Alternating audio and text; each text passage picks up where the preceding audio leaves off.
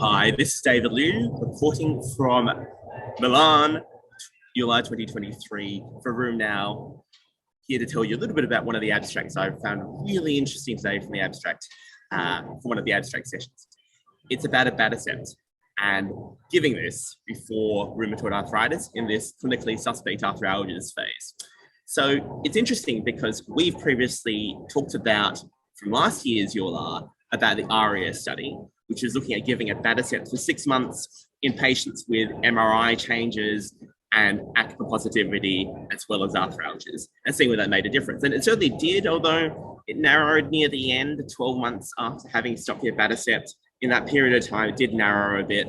And so there was always something we actually wanted to do on. Well, preceding the start of the ARIA study was the EPIPRA study, which actually reported here in Milan today at EULAR 2023. Similar but different, and I think gives us some really complementary data. So 12 months of Abatacept in patients with no clinical synovitis. They didn't look at MRI, but ACPA and rheumatoid factor positive and small joint arthralgias, but no clinical inflammatory arthritis. So we're looking at patients who do not have rheumatoid arthritis, do not even have synovitis, and is treating people with Abatacept. Does that help? So they treated them for 12 months follow-up. During the 12 months, we saw the patients improve their pain scores, improve their functionality scores. Really interesting that they got that benefit there. I think for a lot of patients, that will mean a lot. Is that enough to justify Abatacept? Well, that's a different question. 12 months later, they looked at the follow-up observation, and at that time, there was a sustained difference, although I'll tell you that those curves got a lot closer together after that first 12-month period. That second 12 months, they did close, though it's statistically significantly different.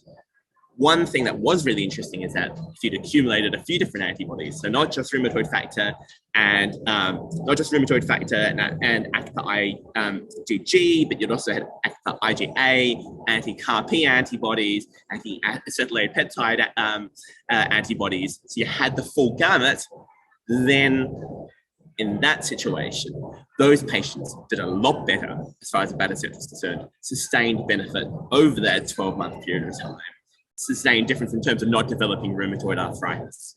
Really interesting. I think that gives us an idea that some of these patients are going to benefit, some of them aren't. We need to find better ways.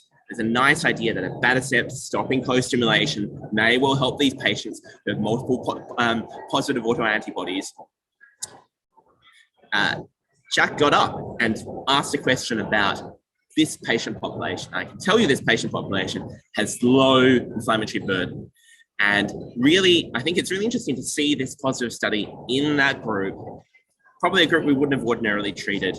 But we're going to start putting together the ARIA data, putting together the EPIPRA data, and trying to pick the patients who may will benefit from an early intervention, and then making sure that we don't give an expensive drug to patients who don't need it.